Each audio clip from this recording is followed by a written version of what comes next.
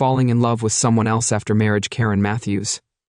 I'll try to forget this person's name for the rest of my life. I'm Roger Turner, and I was married to Karen for 20 years. Like many husbands, I thought we had a good marriage until I discovered otherwise. Karen and I were two working-class kids from a municipal district. We went to the same school, although we had different groups of friends. We knew each other, but we didn't start dating until a few years after graduation, when Karen was working as a legal secretary and I had just started my own business. I was already making a lot of money from designing and hosting comparison sites.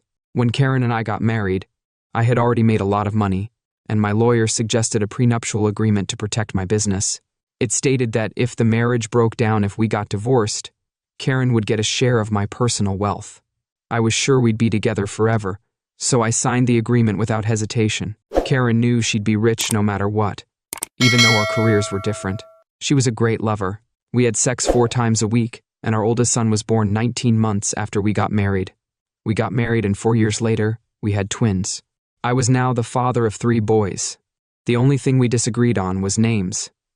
Karen wanted to use names that had biblical overtones since we weren't religious. I didn't see the point. We settled on the name Robert for the oldest child. 4 years later, the twins were named Ethan and Luke. Even though we both worked, we always found time on the weekends to spend together as a family. We lived in a nice neighborhood, with most of our neighbors being businessmen and a few minor celebrities. We were constantly invited to parties or business events, but we often declined invitations to spend time with our kids. My business had grown to the point where I now had 40 employees. Don Healy was my CEO and second in command, with the rest of the employees either being technicians or finance people. As any employer knows, good employees are hard to find. It's even harder to keep hold of good employees these days. That's why I was always looking for ways to keep them on side. Every year on their birthday, I gave them a day off with pay, plus paid lunch for the employee and their spouse or partner. I decided to offer all employees a private healthcare package. That way, they could get urgent treatment rather than having to queue up at the NHS. It included immediate family members, and most staff were really grateful for the gesture. Part of the medical package was a health check every 2 years. I was a month away from my 45th birthday when I received an invitation for a health check. I thought I would set a good example for my employees, so I accepted. The doctor asked me a few questions about my lifestyle, like whether I smoked and drank. He did all the usual checks, such as measuring my height. The doctor also asked me to take some blood and urine tests. He said they would run the tests and that I would be contacted if there were any problems. I went back to work feeling healthy and fit. In the evening, Karen and I talked about Robert's upcoming 18th birthday party. We decided to throw him a party, and after some thought, we settled on a venue. We both said we didn't want drunk 18-year-olds. I was shocked to see year-olds walking around our house. Just 2 days before the party, I received news that turned my life upside down. The doctor wanted to talk to me about my test results. I asked, sitting down where the doctor pointed. The doctor said it wasn't life-threatening. Mr. Turner, the issue is that you seem to have hemochromatosis. You lead a relatively healthy lifestyle, so you don't have any obvious symptoms. With the right medication, we can help control the disease. Do you know how I got infected? I asked. Unfortunately, it's a hereditary disease. Mr. Turner, the symptoms vary from case to case. Some men suffer from chronic internal pain, while others, you can live without pain but you're infertile. You fall into the latter group. It's hereditary. I'd better check my son's doctor. Did you just say I'm infertile? Yes, Mr. Turner. Your test results show you're sterile. Based on our experience, I'd say you've always been sterile. I could tell by the look on his face what he was thinking. The doctor told me about the medications he had prescribed. Fortunately, he gave me some pamphlets to read, but I was still overwhelmed, so I didn't hear much of what he was telling me. I had planned to be back in the office before the end of the day, but instead I had it home while Karen was at work and the boys were at school. I had time to think after I stopped feeling sorry for myself. I signed the boys up for emergency testing if they weren't my sons. Over dinner that night, my wife gave me the lowdown on what she'd heard from the boys. They were cool with being tested, but Karen wasn't as on board. Given that the boys' health was the main concern, I couldn't get on board with her position no matter how she felt. 2 days after the party, I took the boys for testing. It was a rough few days waiting for the results. I got the results, and I was a bit emotional. Please sit down, Mr. Turner, the doctor said, pointing to a chair. What's wrong with me? I asked, knowing that everything was fine with the boys. We were surprised that after all the tests, none of your sons showed any signs of hemochromatosis. We still had your samples, so I asked the lab to run a DNA test. I hope you don't mind. At our last meeting, I looked at the doctor knowing this was going to be bad news. I'm afraid the tests have shown that you are not the biological father of your sons. I jumped up, claiming the test results were wrong. The doctor let me rant for a few minutes before I calmed down and sat down again. Do all the boys have the same father? I asked. The tests confirmed that the father of all. It seems that 3 boys were fathered by the same man. As you were unaware of your condition, I assume your wife was also in the dark. My wife was kept out of the loop, and she still doesn't know the full story. I told her about my health issues but didn't mention that I was infertile. I was hoping that the boys would be mine. I'm sorry, Mr. Turner. I nodded. Could you please give me a printed copy of the DNA results? I think I'm going to need them very soon. I thanked the doctor and left. I might have considered going home, but today I decided to go back to the office as soon as I entered. Dawn realized something was wrong and followed me into my office and closed the door. What's wrong, Roger? You look like death. I have some bad news, Dawn. I sat down and explained everything. To Dawn, Jesus Christ, Roger, what are you going to do about it? Dawn asked. I see I have 2 choices.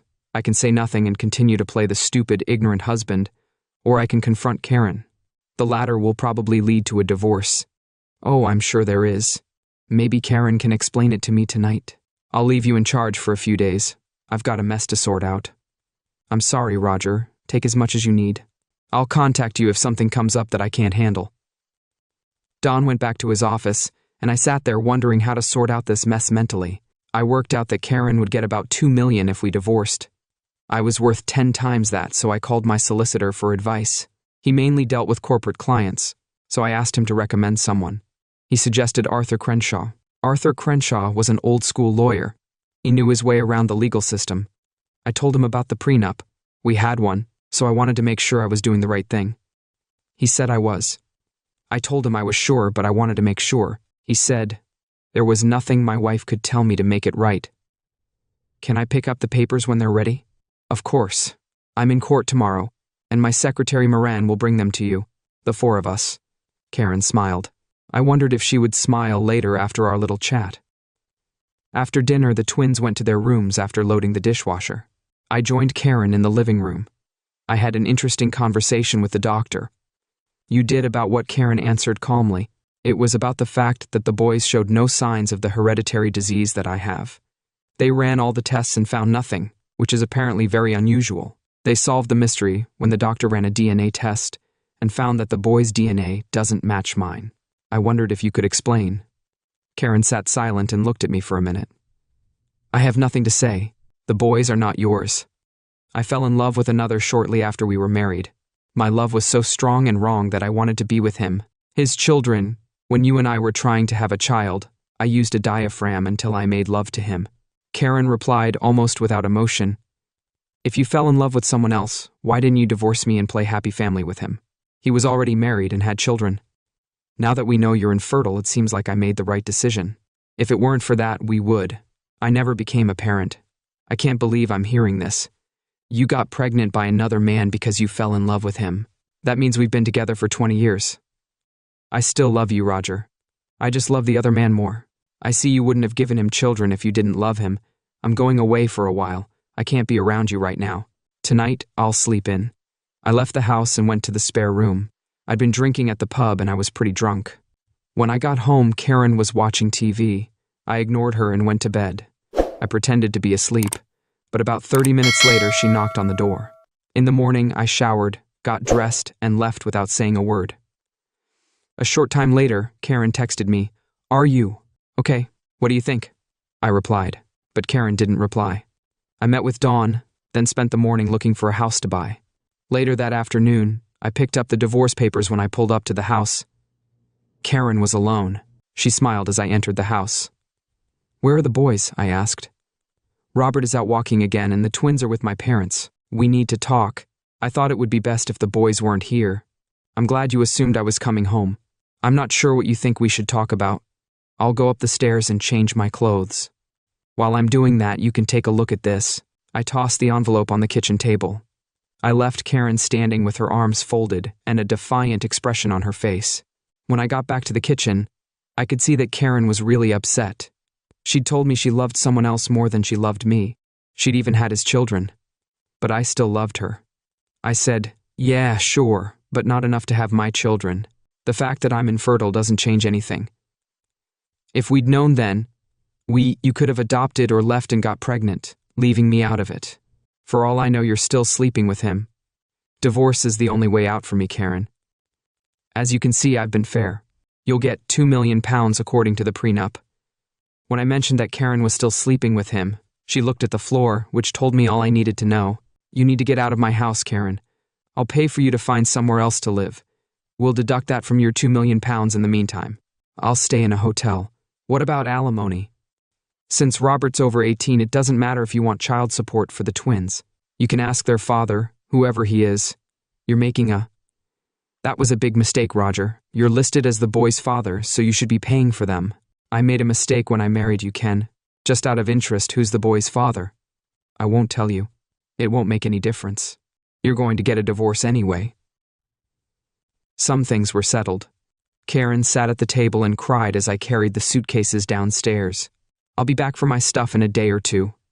"I'll have enough for a few days," I said without waiting for an answer. I found an apartment I could rent for 2 months, hoping that was all I would need. It also gave Karen a chance to find a place to live. Karen called.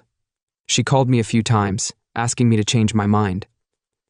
After the last call, which was pretty intense, she gave up. My attorney said she signed and returned the divorce papers. I gave her a month to leave the house. Robert called to say he was unhappy with his mother. He asked if he could move in with me when I found a place. I told Robert that if he wanted to move in, he'd have to leave. On the other hand, his mother would move out of the house when I called to talk to Ethan and Luke. I was told they didn't want to talk to me. One night, Robert and I were talking when he got a call from Karen. He put her on speakerphone. "What do you want?" Robert said sharply. "Robert, don't talk to me like that. I'm your mother. Show me some respect. This is ridiculous." Robert paused and stared at the phone. "You brought this on yourself. You ruined this family. I want nothing to do with you or my donor, who you call my father. Stay away from me and don't call me again. You are nothing more than an evil witch." Robert pressed the button to end the call. "You should try to maintain some sort of relationship with your mother. I told her she can go away. I don't want anything to do with her. I hope the twins realize what an evil person she is and leave when they're old enough." Karen found a house for herself and the twins. She left a room for Robert, but he wasn't going to use it. I was there the day she moved out. "Take the bed, Karen. I'll buy. We've never done anything to the house. I don't believe a word you say, so take the bed." The twins ignored me the whole time we were in the house. They didn't look back when Karen was leaving. Thanks to my wealth and status as an average kid who did well, the newspapers followed the story of the divorce. Public opinion was on my side. Most people thought. After 5 months, Karen treated me badly. The divorce was final, and I had to pay child support for the twins. "Roger, it's Arthur here. I just wanted to let you know that your divorce became final today." "Thanks, Arthur. I have a few questions for you. Can I appeal the child support claim? Can I get my name removed from the boy's birth certificate?" "You can appeal the child support claim, but it might take a while. The biological father will have to take a paternity test before anything else can happen. He'll probably try to avoid it at all costs. There's another way, but it'll cost a bit more, and the result will come quicker." "What's the alternative way?" "I asked you, could you sue your ex?" "I'm going to subpoena your wife for parental fraud. This will mean that she will be removed from the birth certificate, and you can demand back all the child support you paid after the divorce. If I subpoena her, I will ask her to name the father. She cannot refuse to answer if she is under oath. This way you can sue him. For past due child support, go ahead, Arthur. Prepare the papers and file them." "Will do, Roger. I'll let you know when Karen gets them." 3 days later, I got word that Karen had been served with the parental rights fraud papers. I was expecting a call from Karen, but she didn't call. I was a bit surprised. Arthur called to say that Karen's lawyer wanted to set up a meeting. I told him I wasn't interested, and that we'd see each other in court on the day of the hearing. I sat with Arthur, while Karen sat with her lawyer. She looked concerned. I assumed her lawyer was. I explained why I was suing Karen at the hearing. I was asked questions by Karen's attorney as well as Arthur after lunch. After that, Karen was confronted by the attorneys. Her attorney was gentler with her. Arthur was not as lenient. Miss Matthews, my client is suing you for parental rights fraud. At a recent divorce hearing, you admitted that he is not the father of your 3 sons. He wants his name removed from the birth certificates and replaced with the name of the biological father. Can you please tell us who the real father is? Karen sat silent, staring at the floor. I can't. It would destroy his family and ruin his life, Karen replied. Just like you ruined mine, I thought to myself. The judge's voice brought me back to reality. Miss Matthews, may I remind you that you are under oath? Please answer. The judge asked Karen to speak up, but she just sat there, staring straight ahead. Finally, she answered in a low voice. The young woman stood behind me and walked out of the courtroom. Arthur turned to the judge and said, Your Honor, Miss Matthews has named the biological father of her children. All my client wants is to remove his name from the birth certificates. Arthur came back and sat down next to me. The judge looked down at some papers. I decided that Matthew had tricked her ex, even though he wasn't the biological father of her 3 children. I sentence you to 6 months in prison, suspended for 2 years. If you appear in court for any offense, those 6 months will be added to any sentence imposed. Do you understand? I'm releasing you from any financial obligation for child support, thank you. We stood as the judge left the courtroom. Arthur gathered his papers and we walked out of the court. You again, Roger. Arthur spoke up, Miss Matthews. I don't know what you're going to say to Mr. Rosenthal. I think it's only fair to warn you that 10 minutes ago he was served with child support papers. Good day, Arthur. I left, leaving Karen crying. How did you manage to serve Rosenthal so quickly? Mr. Rosenthal was told before the hearing was even over. Arthur smiled. The attorney told me that Rosenthal fainted when he opened the envelope. He was taken away in an ambulance when Karen entered the office. As with my divorce, the papers were all in. Larry Rosenthal became a celebrity when the newspapers hit the stores the next day. It was through the media. I found out what happened when the senior partners found out what caused Rosenthal's downfall. They made things worse for him and fired him. His relationship with Karen was against company policy. Karen was also fired. My case against Rosenthal was derailed. His wife cleared him in a messy divorce. The court made a note in his personal file that he owed me $450. I didn't think I'd get anything, but I was wrong. Money wasn't an issue for me. I just wanted to ruin his life as he had ruined mine. As it turned out, Karen and I haven't spoken since that day in court. Larry moved in with Karen when his wife kicked him out, and as far as I know, they are still together. Robert lives with me. He still refuses to speak to his mother and biological father. I split my time between work and friends. I have a few girlfriends with benefits, but none of them are serious because I don't intend to remarry. 20 years of living a lie has been more than enough for me. That's all for now.